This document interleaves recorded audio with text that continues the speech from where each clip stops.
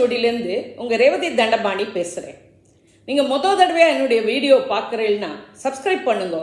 அப்போ தான் நான் போடுற வீடியோஸ் உங்களுக்கு உடனே கிடைக்கும். குரு பெயர்ச்சி வாக்கிய பஞ்சாங்கப்படி மே 11 என்றும் திருக்கணித பஞ்சாங்கப்படி மே 15 என்றும் இந்த 2025 வருஷம் நடக்க உள்ளது.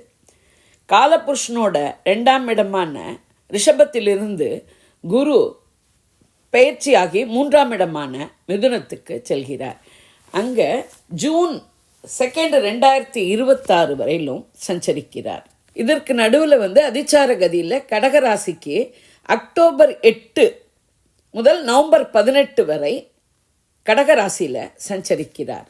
குரு ஒரு பூரண சுபகிரகம்.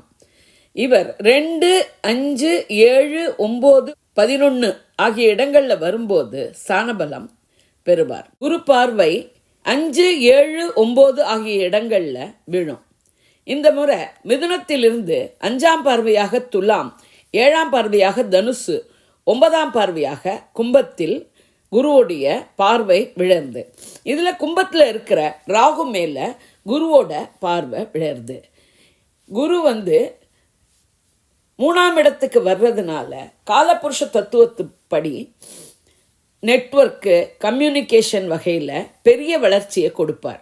பொதுவாக பேச்சாளர்கள், விரிவுரையாளர்கள், ஆசிரியர்கள், மீடியா பர்சன்ஸு, யூடியூபர்கள், வக்கீல்கள், ஐடி பீப்புள், கோடிங் எழுதுபவர்கள், பேச்சையே தொழிலாக கொண்டிருப்பவர்கள் இந்த பெயர்ச்சியால் நன்மைகள் அடைவர். குரு தன்னுடைய ராசிகளான தனுசு, மீனம் இரண்டுக்கும் கேந்திரத்திலேயே வருகிறார். எனவே நன்மைகளே செய்வார்.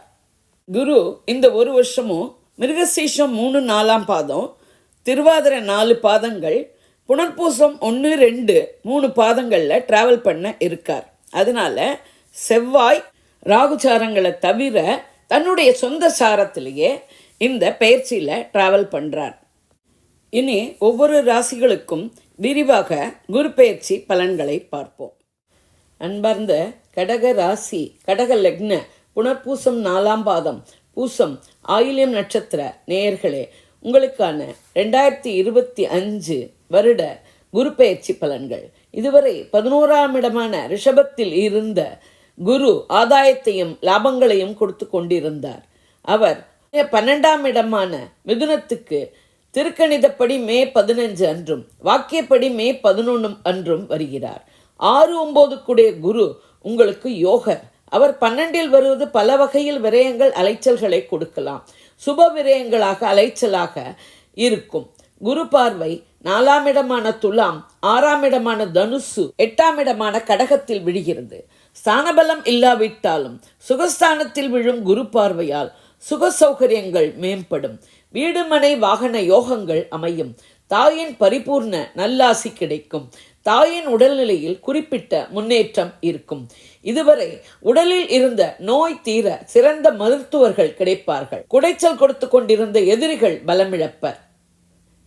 அடைபடாமல் இருந்த கடன்கள் அடைப்படும். அஷ்டமச்சனியால் நீங்கள் பட்ட அவமானங்கள், கஷ்டங்கள், சஞ்சலங்கள், குழப்பங்கள், வேலையில் இருந்த தடைகள், எதிரிகள் யாவும் மாறி ஒரு சலனமில்லாத மனநிலை அமையும்.